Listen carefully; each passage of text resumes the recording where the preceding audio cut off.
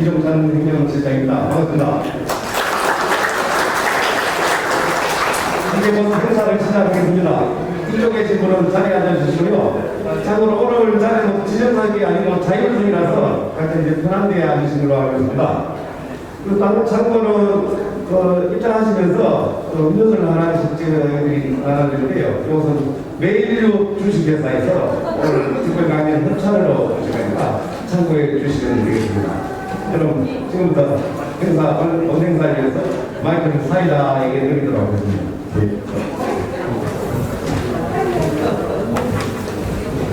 안녕하세요. 오늘 5.16 혁명 제61주년 기념 특별 강연의 진행을 맡은 저는 박정희 대통령 기념재단에 근무하는 원윤희 팀장입니다. 반갑습니다. 바쁘신 와중에도 평소 박정희 대통령 기념재단을 사랑해주시고 오늘 이 뜻깊은 자리를 빛내주시기 위해 참석해주신 모든 분들께 깊은 감사의 말씀을 드립니다. 또 오늘 행사를 축하하며 메일유업에서 음료수를 협찬해 주셨습니다. 이 자리를 빌어 감사의 말씀을 드립니다. 행사에 앞서 원활한 진행을 위해 가지고 계신 휴대전화는 무음으로 전환하시거나 핸드폰 전원을 꺼주시기 바랍니다. 오늘 행사는 녹음 무성한 실록의 계절 5월에 한강의 기적을 이룩한 5.16 혁명 제61주년을 기념하고 새로운 대한민국의 국운 융성을 기원하는 취지를 담았습니다. 그럼 지금부터 5.16 혁명 제61주년 기념 특별 강연회를 시작하겠습니다. 먼저 국민의례가 읽겠습니다. 모두 자리에서 일어나 전면의 국기를 향해 서 주시기 바랍니다. 국기에 대하여 경례.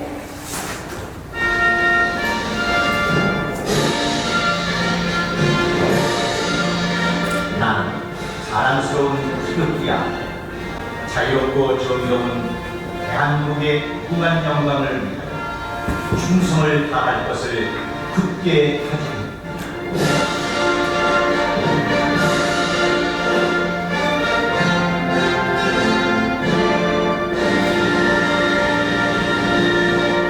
바로 이어서 애국가 제창이 있겠습니다. 애국가는 반주에 맞춰 힘차게 1절만 부르겠습니다.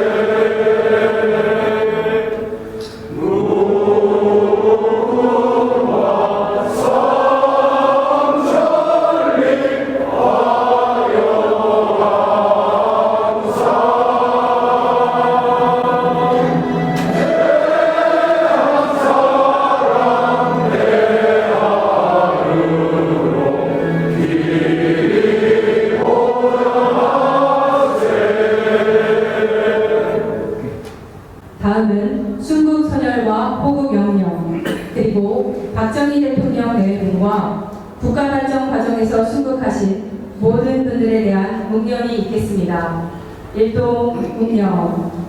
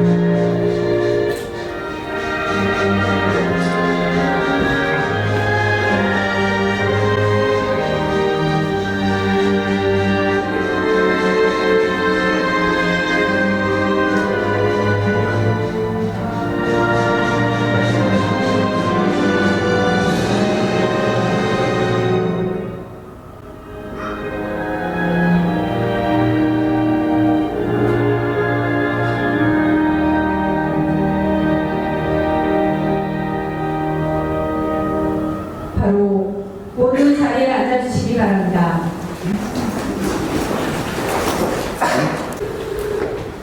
다음은 박정희 대통령 기념재단 이사장이신 유영구 이사장님의 인사 말씀이 있겠습니다. 큰 박수로 자리에 모시겠습니다.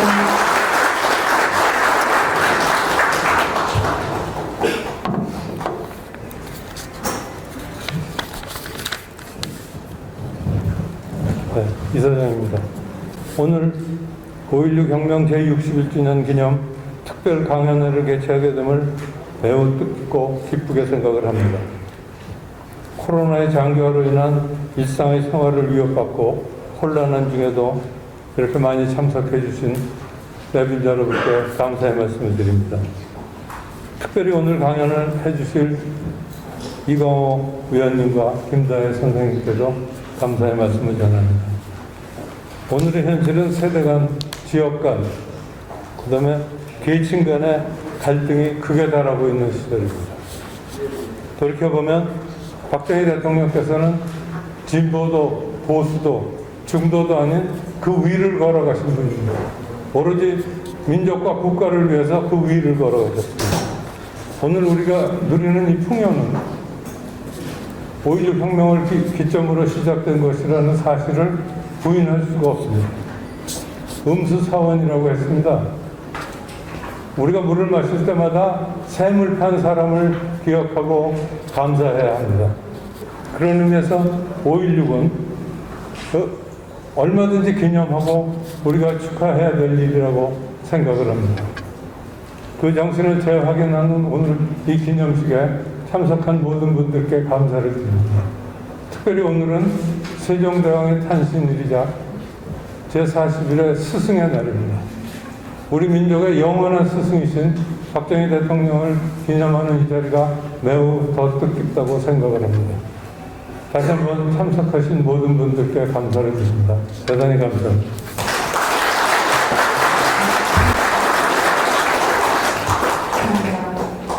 그럼 이어서 다시 근대화를 생각한다라는 주제로 이강호 국가전략포럼 연구위원님의 특별 강연이 있겠습니다. 위원님께서는 한때 사회주의 혁명을 꿈꾸며 좌익운동권에서 10여 년간 활동하셨습니다. 그러나 소련 동부의 몰락을 지켜본 후 오랫동안 박정희 대통령에 대한 인애와 성찰을 통해 전향하신 분입니다. 또 위원님께서는 서울대학교 사회학과를 졸업하셨고 현재 국가전략포럼 연구위원으로 계시면서 청년 학생과 또 일반 시민들을 대상으로 강연과 집필 활동을 하고 계십니다. 그리고 한국의 현대사와 오늘의 자유와 번영을 이해하는데 큰 반향을 일으킨 박정희가 옳았다 1, 2권의 저자이시기도 합니다. 또 오늘 마침 오늘자 조선일보 오피니언란에 5.16 혁명 61주년을 기념해서 이강호 위원님을 특별 인터뷰한 기사가 실렸습니다. 제목은 5.16으로 묻는 박정희 18년 가장 위대한 전진의 시대였다 라는 제목으로 실렸습니다. 5.16은 안정된 자유민주헌정을 훼손한 게 아니라 위기에 처한 자유민주헌정을 수호하고 재건한 것이다 라는 내용의 기사입니다. 여러분들의 많은 구독 바랍니다. 그럼 뜨거운 박수로 위원님을 앞으로 모시겠습니다.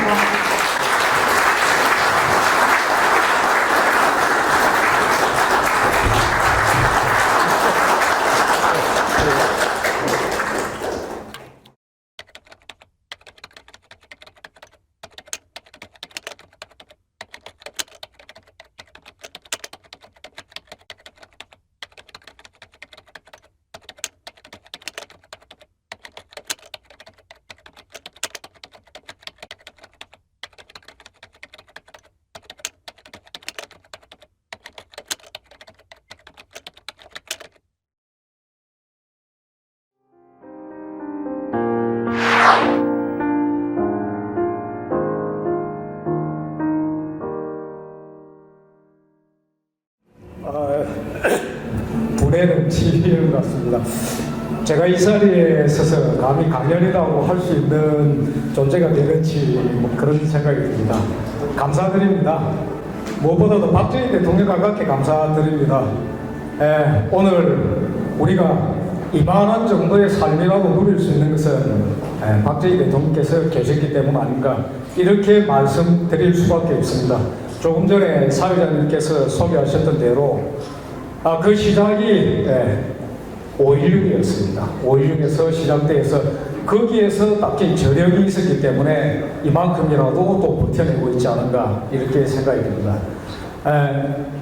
유영구 이사장님 비롯한 재단의 모든 분들과 그리고 이 자리에 참석해 주신 선배 세대분들 그리고 후배 세대분들 모든 분들께 감사 인사드립니다. 감사합니다. 기념관 제가 이 근처에 한때는 이제 직장 생활을 조금 해가지고 몇 년 전이었습니다. 처음에 왔을 때 참 황량했습니다. 기념관이 있는 것은 알고는 있었습니다. 근데 기념관이 여기에 있어야 될까? 잠깐은 그런 생각이 들었습니다. 그런데 지금은 이렇게 생각을 합니다. 참 장엄한 의미가 있구나.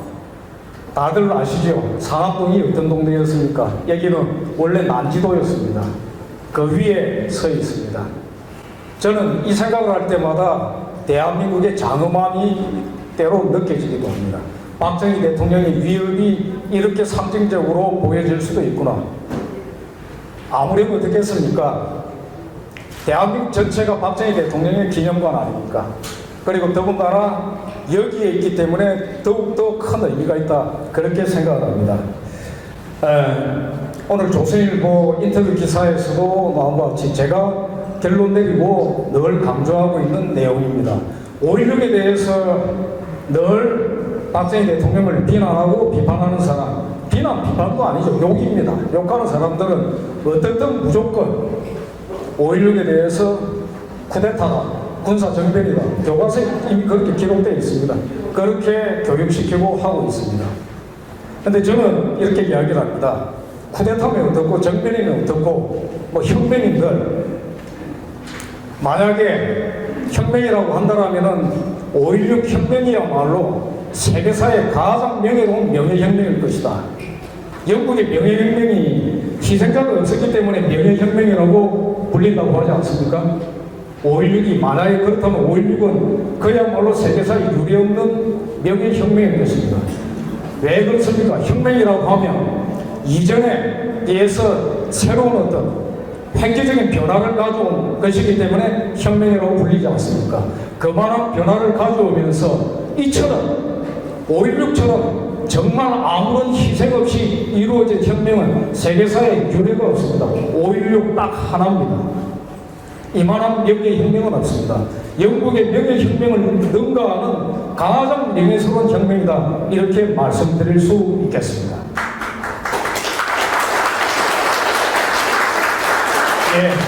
그리고 저들은 이렇게 이야기를 합니다. 어떻든 5.16은 혁명이라고 한들 그래 군사혁명이고 안정돼 있던 대한민국의 자유민주헌정을 훼손했다 이렇게 이야기를 합니다. 그렇습니까? 아닙니다. 틀렸습니다. 당시가 어떤 상황이었습니까? 아시는 분들은 선배 세대분들은 아실 겁니다. 다. 그때 참 험악했습니다. 지금도 살아계신 그때 당시에 4.19의 주역이기도 하시고 그 이후에 4.19 직후에 한때는 민통연이라는 혁신계 대통의 학생운동을 하시고 하셨던 분이 계십니다. 국회의원 지나시고 한 분이 계십니다. 이름은 제가 다시 언급하지는 않겠습니다. 그분이 이렇게 말씀하셨습니다.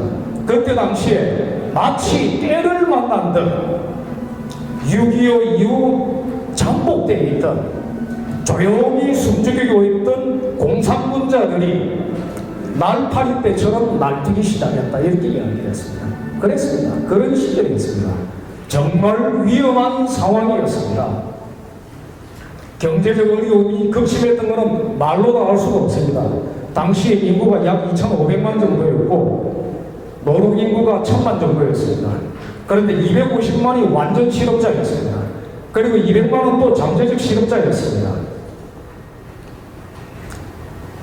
다시 말해서 노동인구의 절반이 매일매일의 끼니를 걱정해야 되는 그런 상황이었습니다.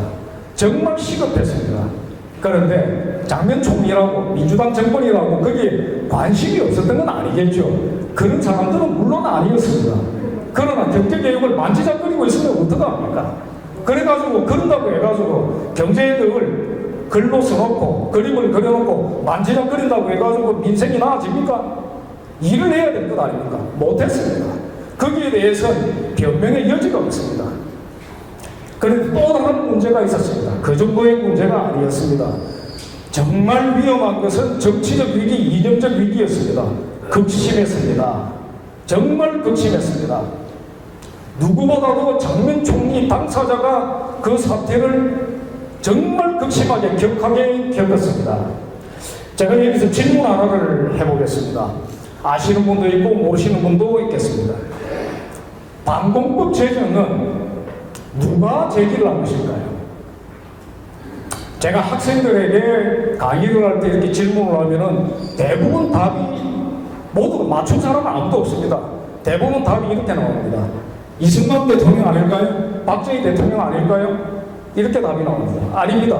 아시는 분 다 아시겠지만 역사책에 다 나와 있는 일이겠지만 방공법 제정을 가장 먼저 제기한 사람은 장면 총리입니다. 그 사실이 당시 상황이 얼마나 심각했던가를 상징적으로 보여준다고 할 수가 있습니다. 장면 총리는 혁신계, 즉 다시 말해서 공산주의 세력들입니다. 혁신계라고 얘기를 하지만 사실은 잠복대가 있던 그런 세력들입니다. 이들이 급격하게 대두해가지고 상황을 장악을 하고 어지럽게 날뛰기 시작했습니다. 도저히 이래서는 안 되겠다라는 상황이었습니다. 그래서 방공법을 제정하자고 했습니다. 못했습니다. 실패합니다. 방공법 제정 반대 투쟁이 거세게 일어납니다. 그러면서 기왕이 있었던 국가보안법도 같이 없애버리자고 엄청난 시위가 일어나버립니다. 그리고 그 시위대가 낮에 시위를 하고 나서 밤에 장면 총리 집 앞까지 쳐들어가서 장면 총리 집을 포위를 하고 데모를 합니다. 횃불 데모를 합니다. 횃불을 흔들어대면서 구호를 외칩니다. 방공법 제정 반대 물론입니다. 그렇게 외치고 또 나옵니다. 미군 철수가 나옵니다. 또 나옵니다. 김일성 만세가 나옵니다. 노래를 부릅니다. 적기가를 불렀습니다. 그날 그 사태를 윤보선 대통령, 당시 윤보선 대통령도 지켜보고 갔습니다. 집차를 타고 와서 지켜보고 갔습니다. 수행은 딱 한 명만 대동하고 비상회의를 그 다음날 열었습니다. 대책을 수립해야 될 것 아닙니까? 대책 수립 못합니다. 의견을 모았는데 이렇게만 딱 나옵니다. 사태가 심각하다. 이렇게 하고 맙니다. 아무것도 못합니다. 외국에 어떤 당시 상황을 잘 알고 있는 지켜보았던 어떤 학자는 이렇게 진단을 했습니다. 그대로 계속 방치하고 놔뒀으면 공산혁명으로 갔을지 모르겠다. 이렇게 이야기를 합니다. 정말 위험했습니다. 사실이 그랬습니다. 그 사실을 보여주는 그러한 어떤 위험한 상황을 보여주는 것들 몇 가지 여러분들께 소개해드리겠습니다.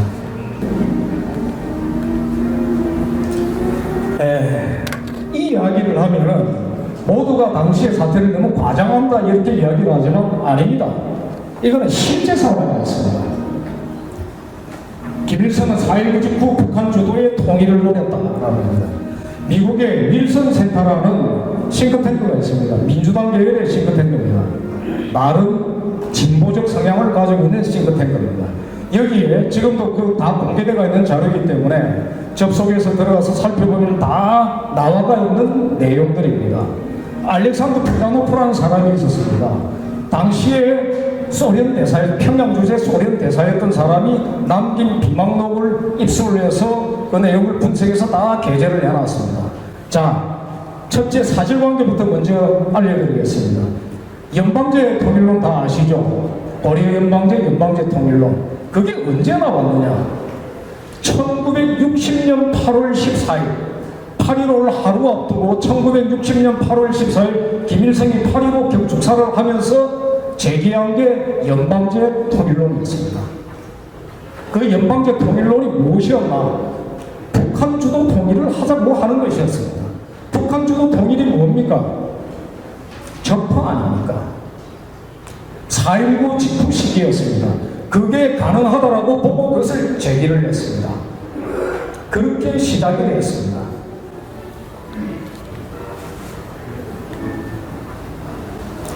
예, 이게 알렉산더 부자노프라는 사람의 비망록에 나와 있는 실제 내용입니다. 우드로 윌슨 센터 검색을 해보시면은 다 사이트가 찾아집니다. 접속을 해보시면은 저 자료들이 다 나옵니다. 그 중에서 주요 내용입니다. 내용이 딱 이렇게 나와 있습니다. 북한의 김일성이 1960년 4.19 혁명 직후 북한 쪽의 남북 통일이 가능하다고 판단, 실제로 대남 전략 추진에 들어갔다. 김일성을 비롯한 북한 지도부는 4.19 혁명 직후 남북 통일이 가능성의 단계가 아니고 실제로 임박한 것으로 판단했다. 그렇습니다. 그래서 대남 전략을 이렇게 추진을 하면서 남한의 표현이 이렇습니다. 진보단체 접촉을 시도했다. 물론 윌슨 센터가 그것을 확인한 건 아닙니다. 근데 그 진보단체, 즉 혁신단체입니다. 근데 사실 그때 상황이 이랬습니다. 통일운동을 하겠다라며 수많은 사람들이 월북을 했습니다. 1960년에 간첩이 그때 그 당시 방공태세가 공안 상태가 아주 치밀하지도 못했습니다. 그런데 간첩이 1960년에 4.19 직후에 100여 명이 잡혔습니다. 잡힌 사람만. 그렇게 말리던 상황이었습니다. 그대로 놔뒀으면 어떻게 되겠습니까? 그래서 제가 사회자께서도 소개드렸고 제가 말씀드리듯이 그렇습니다. 5.16이라는 게 군사 쿠데타로, 군사정변으로 대한민국의 자유민주 헌정을 훼손했다. 천만의 말씀입니다. 그게 아니라 정말로 위험한 자유민주 체제가 존망에 이르렀다는 것, 존망의 위기 상황에 이르렀다는 것. 만약에 방치했으면 괴멸될지도 모르는 장민총리조차 방공법 제정을 시도를 하고 했지만 실패하고 거센 반대에 밀려 실패를 하고 그 반대 데모를 하면서 김일성 만세를 외치는 기세등등한 사태가 벌어지고 이걸 방치했으면 장담할 수 있었겠습니까? 5월 13일 1961년 5월 13일 또 혁신계가 데모를 합니다. 민자통, 혁신계의 민자통이라는 단체가 그리고 학생들, 진보단체, 민통연이라는 단체가 합동으로 남북 학생회담 지지 시위 그리고 통일을 외치며 가자 북으로 오라 남으로를 주장하는 시위를 합니다. 5월 13일입니다. 당시 기록으로 4만 명이 모였다고 합니다. 만약에 요즘에 저들 민주파의 세력들의 문재인 패거리들의 입버릇들이 과장된 패거리들로 아마 그 숫자를 보고 아마 이렇게 했겠죠. 주장했겠죠. 100만 모였다고 주장할지도 모릅니다. 실제 당시 사진을 보면 정말 섬뜩할 정도로 모였습니다. 그때부터 5월 13일부터 시작해서 마구 시위가 확산돼 나가기 시작합니다. 쭉쭉쭉쭉 갑니다. 5월 16일에는 전주에서 시위가 예정되어 있었습니다. 그리고 5월 17일에는 대구에서 또 시위가 예정되어 있었습니다. 전부 다 혁신계, 즉 다시 말해서 공산군자들의 시위였습니다. 그런데 그 시위는 실패했습니다. 정치할 수가 없었습니다. 무산됐습니다. 왜? 5.16 때문이었습니다. 윌슨 센터의 표현을 빌자라면 그것은 5.16에 대해서 이렇게 표현을 합니다. 김일성의 희망은 5.16으로 물거품이 되었다. 그렇습니다. 박수 쳐야 됩니다. 5.16이 대한민국을 그때 구했습니다. 대한민국의 자유민주주의를 훼손한 게 아니라 대한민국의 자유민주 체제를 그때 5.16이 구한 것입니다. 박정희 대통령은 대한민국의 자유민주주의를 훼손한 게 아니라 그 수호자의 자리에 있습니다. 이것을 명심해야 됩니다. 5.16은 약점이 아닙니다. 명예입니다. 5.16은 위대한 대한민국을 구한, 희생 없이 대한민국을 구한 위대한 명예혁명이다. 이렇게 명예롭게 자랑스럽게 생각해야 합니다. 그리고 또 덧붙여 말씀드리겠습니다. 지난 5년이 어떤 세월이었습니까? 정말 위태로운 상황이었습니다. 정치적으로도 그렇지만 경제가 정말 어땠습니까? 엉망진창을 만들어갔습니다. 기업인들을 어떻게 했습니까? 일일이 설명하지 않겠습니다. 그런데 놀랍게도 그런 상황에서도 한국 경제는 버텼습니다. 물론 지금 위기는 엄중하게 엄습해 오고 있습니다. 그러나 만약에 한국 경제가 허약했던 시절이었다면 저 정도의 흉측한 무리들의 엽기적 행패였으면 그냥 주저앉고 무너졌을 수도 있습니다. 그러나 버텨냈습니다. 대한민국은 여전히 세계 12위의 경제대국입니다. 그리고 3050 클럽이라고 합니다. 5천만 명이 넘으면서, 인구 5천만이 넘으면서 국민 소득이 3만 달러가 넘는 국가입니다. 지구상에 딱 7개밖에 없습니다. 그 중에 한 나라, 비록 7번째지만 얼마나 대단합니까? 그런데 그 7개 국가 중에 아시아의 국가는 딱 2나라가 있습니다. 일본이 있고 대한민국이 있습니다. 그 7개국이 말하자면 경제적으로 인구까지 포함한다면 어떤 의미에서는 국력에서 가장 앞서가 있는 나라가 이렇게 표현할 수 있을지도 모르겠습니다. 그런 나라입니다. 그걸 버티고 지켜내고 있습니다. 그런데 그 저력이 어떻게 나왔습니까? 문재인 시대의 저 흉측한 작태에도 불구하고 버텨낸 이 힘이 어디에 있었습니까? 바로 한강의 기적에서 나온 것 아닙니까? 바로 그 저력이 있었기 때문에 이 온갖가지의 난장판에도 불구하고 버텨낼 수 있었던 것입니다. 그 힘이 어떻게 길러지기 시작했습니까? 어떻게 갖추어지기 시작했습니까? 바로 5.16에서 시작된 것 아닙니까? 5.16이 세계인들이 말하는 한강의 기적을 바로 그 시작이었습니다. 그렇게 시작된 것입니다. 5.16은 대한민국을 위협에서 구했을 뿐만 아니라 모두가 기적이라고 말하는 그 기적이 시작된 날이 되었습니다. 네.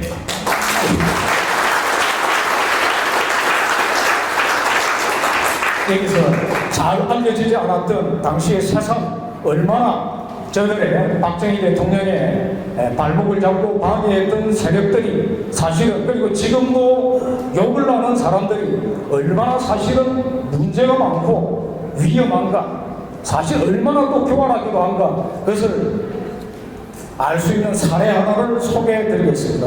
어쩌면 이것은 공개적으로는 제가 이런 공개석상에서는 처음으로 소개해 드리는 게 될 것 같습니다. 해방공단 3년 시절에 나왔던 좌익서적 4권을 우선 소개해 드립니다. 45년 해방되자마자 가장 먼저 이런 책이 나왔습니다. 공산당 선언 아시죠? 네, 마르크스의 참 빠릅니다. 1945년 해방되자마자 나왔습니다. 그리고 그 다음에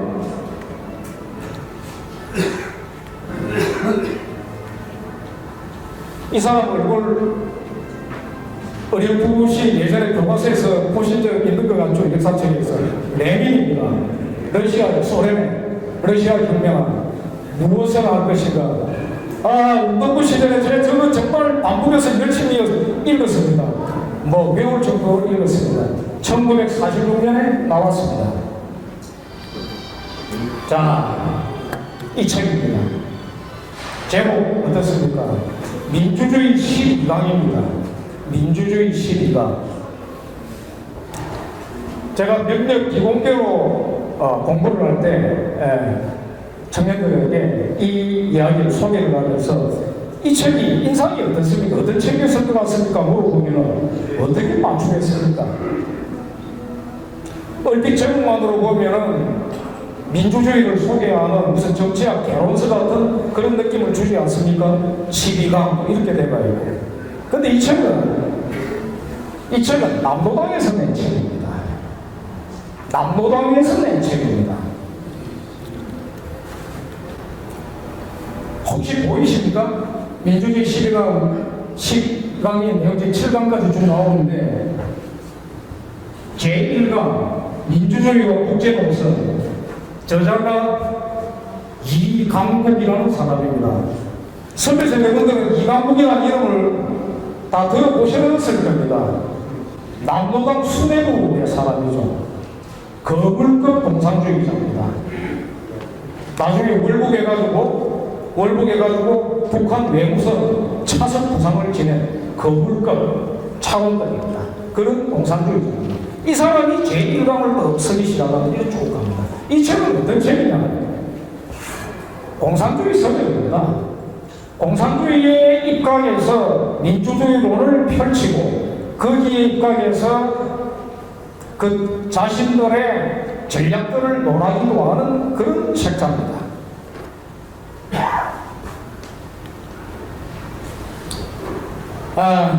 이 내용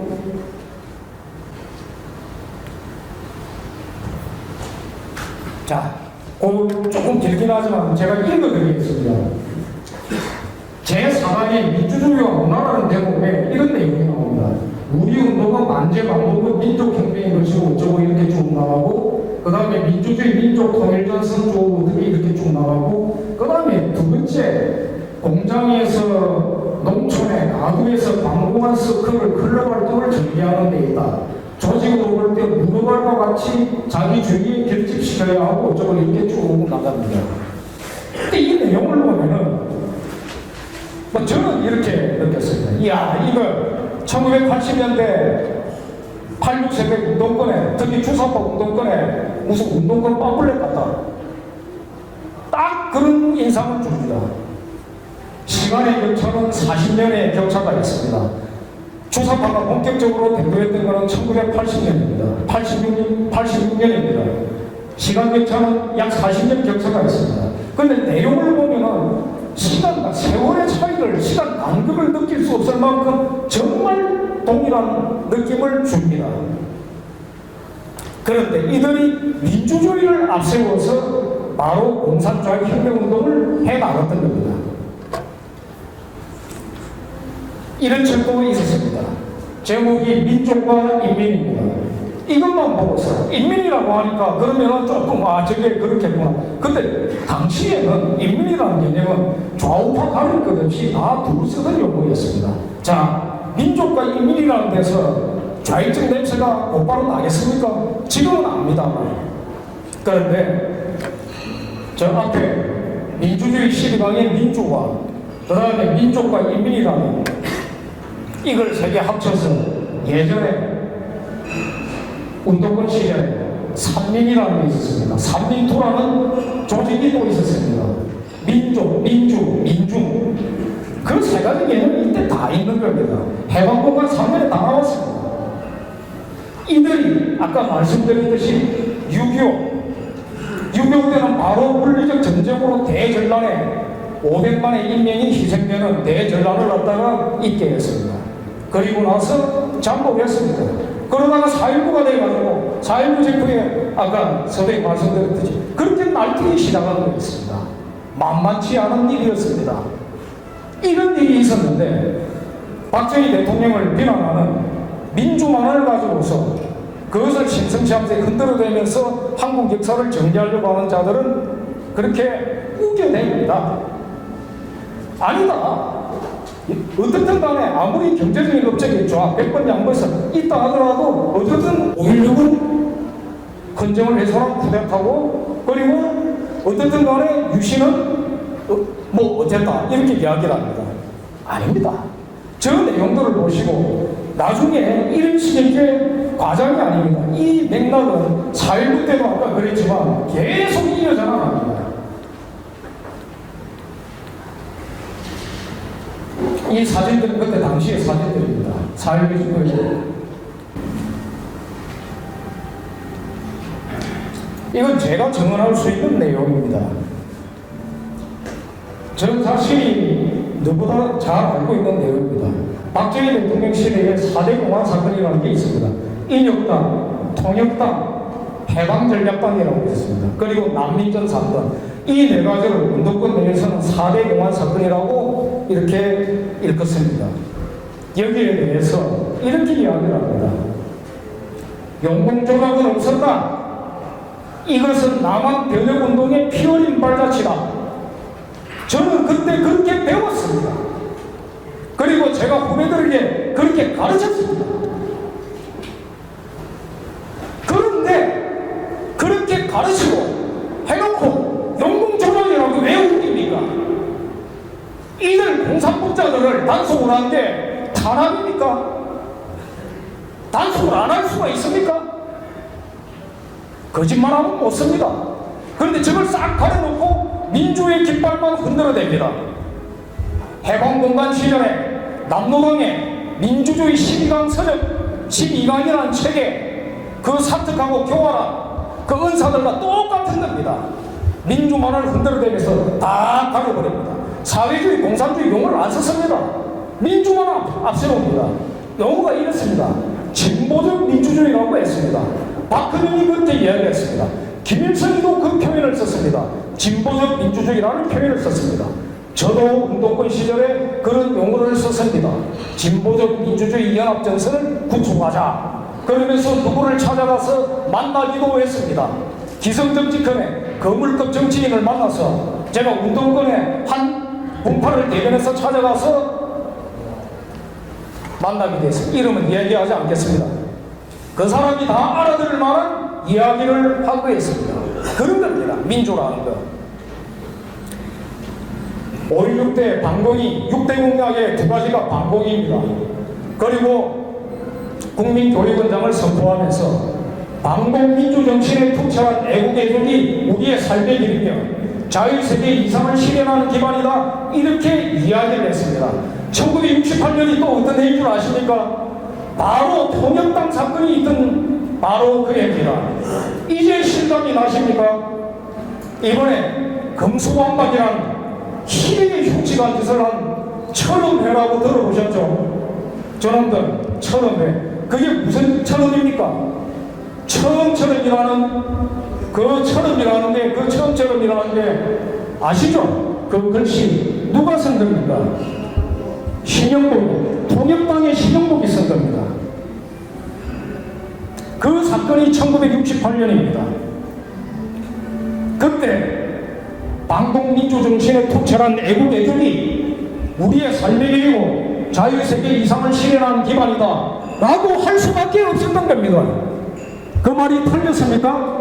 맞습니다. 그렇게 됐지 않습니까? 신영복은 그렇게 해서 감옥살이를 하게 됩니다. 그리고 87년에 나름 전향서를 쓰고 나옵니다. 전향 안 했습니다. 나와야 되겠다 싶어서 나온 겁니다. 이른바 87체제가 등장을 했습니다. 민주가 됐다는 거죠. 아, 이제 좀 뛰어봐야 되겠구나. 마치 4.19 직후에 공산분자들이 다시 날뛰었던 것처럼 나옵니다. 그때 나오면서 이렇게 이야기를 합니다. 본인이 한 얘기입니다. 아, 내가 비록 전향서를 썼지만 나는 내 이념을 꺾지는 않았다. 그때 나와서 일을 하고자 했다. 나는 당시에 통역당 거기에 대해서 이념적 확신을 가지고 있고 나의 양심의 발로였다. 이렇게 이야기를 했습니다. 확신범이죠.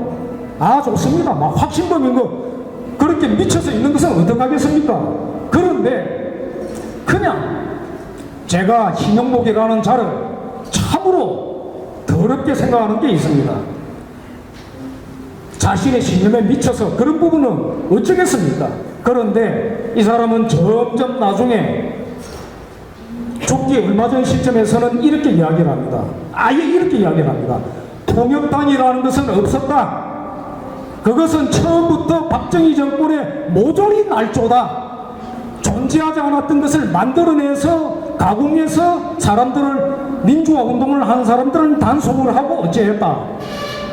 87년에 나오면서 그 내용이 기록에 다 남아가 있습니다.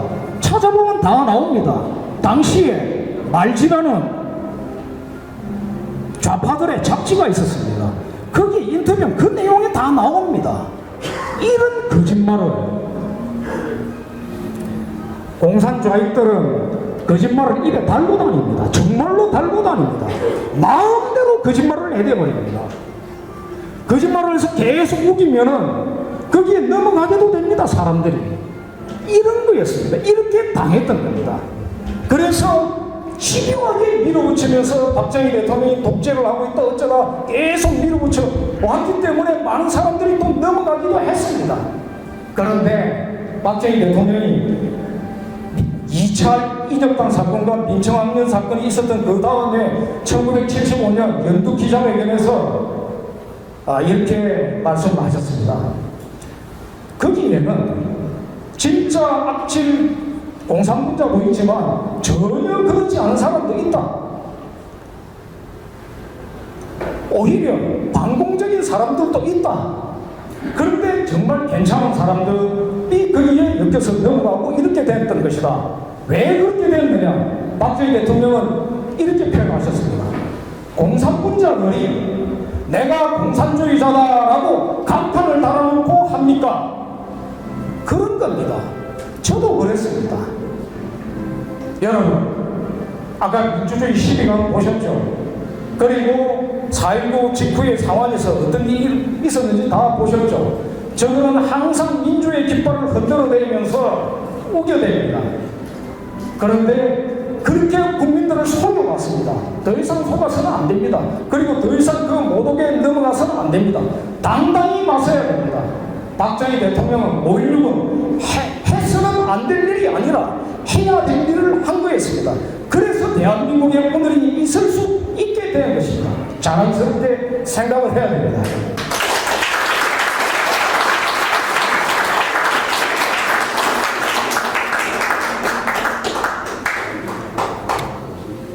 대한민국은 그렇게 상시적 비상체제였고 불순한 도발에 맞섰어야 되는 겁니다.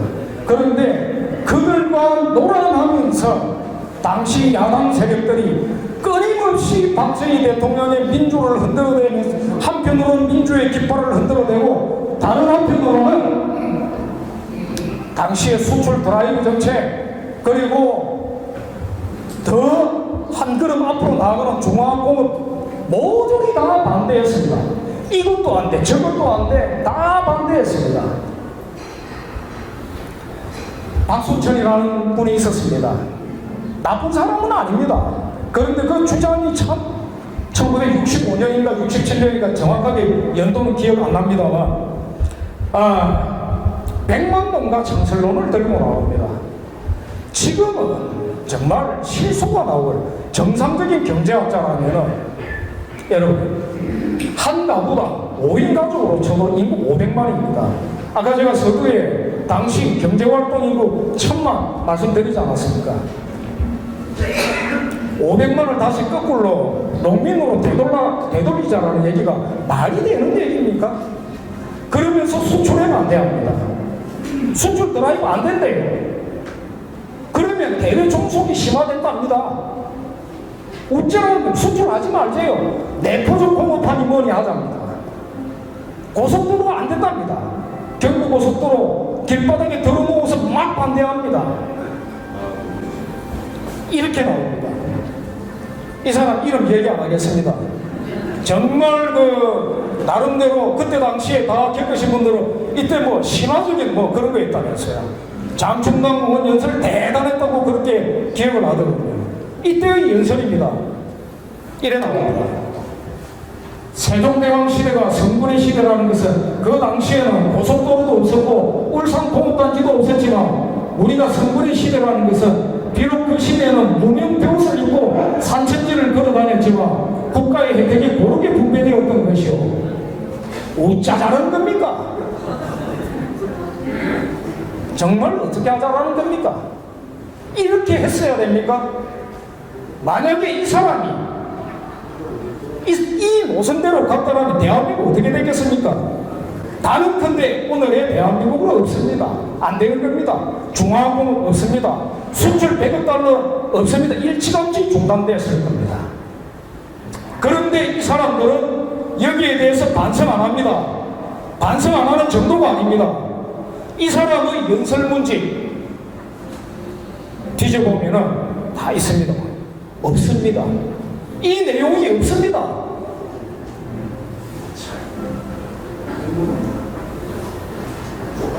욕이 목에 걸립니다. 그죠? 예, 참 이럴 수가 없는 겁니다. 근데 이 사람들이 이래놓고는 반성도 없이 계속 비난만을 해댑니다. 근데 그렇습니다. 자, 그래, 자유가 있으니까 욕하고 비난하 마음대로 해라. 그런데 그렇다라면 정말 양심이 있다라면 무명 배옷 입고 산천지 걸어 다니면서 욕해라. 고속도로 다니지 마라.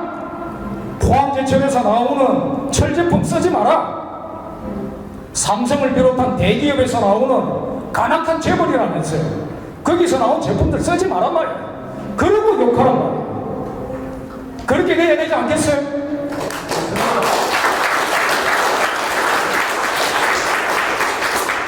이제 마무리 짓겠습니다. 다시 정리합니다. 박정희 대통령의 정치는 경제적 업적과 분리되는 게 불가능합니다. 하나입니다. 그리고 잘못된 게 아니었습니다. 대한민국은 처음부터 그리고 지금까지도 내내 겪었습니다. 민주주의는 양식 있는 시민의 손에 있을 때는 자유의 활력을 꽃피게 합니다. 그러나 사태가 무리들의 손아귀에 들어가면 나라를 해치는 흉기가 됩니다. 지난 5년 우리는 그것을 확인했습니다. 5.16은 안정된 자유민주운동의 훼손이 아니라 위기에 처했던 자유민주운동의 수호였다. 이후의 모든 공안정책도 민주인사 탄압이 아니라 불순 세력의 단속이었다.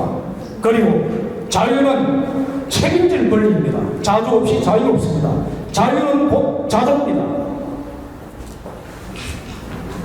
자유의 본질을 지키는 정치였다. 자유의 억압이 아니라 자유의 진정한 확대를 위한 정치였다. 윤석열 대통령의 취임사에서 번영과 풍요, 경제적 성장은 바로 자유의 확대라고 했습니다. 이것은 사실은 박정희 대통령의 정치를 그대로 다시 이야기한 것과 다를 바가 없습니다. 자유의 확대가 번영과 풍요, 경제적 성장을 가져옵니다. 그리고 또 동시에 번영과 풍요, 경제적 성장이 바로 자유의 확대를 가져옵니다. 박정희 대통령이 그렇게 하지 않았습니까? 자유를 수호했고 번영을 가져왔고 자유가 확대되게 했습니다.